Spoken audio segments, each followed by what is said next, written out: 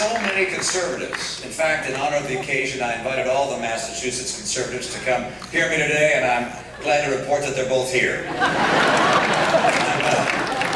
Oh, we have a few more than that, I know.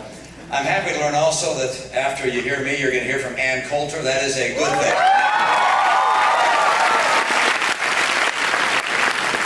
I think it's always very important to get the views of moderates. Now, I know there are a few here from the mainstream media, and they're probably surprised that we're here in these record numbers. Of course, they wrote our obituary last fall.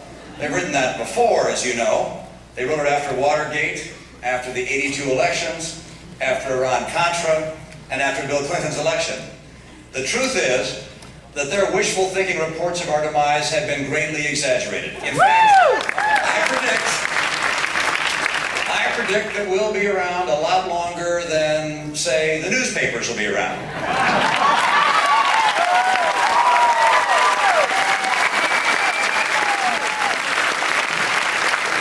Conservatism is alive and well, and it's needed now more than ever.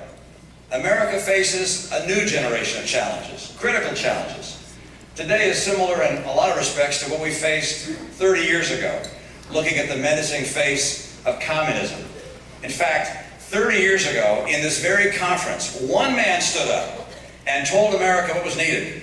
It was conservatism, a new coalition of conservatives, a coalition that would lead to a brighter future for the nation. Ronald Reagan said this: "What I envision," make sure I get it here right, "what I envision is not simply a melding together of the two branches of American conservatism into a temporary, uneasy alliance, but the creation of a new, lasting majority."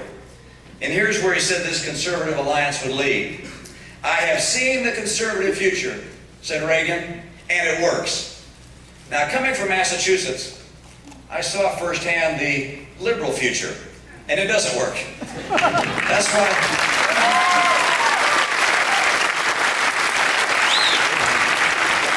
I ran against Ted Kennedy.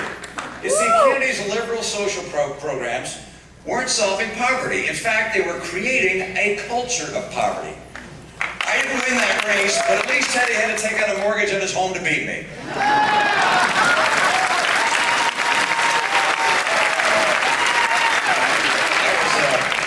Let me tell you a story. I was campaigning once in one very poor neighborhood just outside of Boston when a person came up to me and said, "Hey, Mr. Romney, what are you doing here? This is Kennedy country."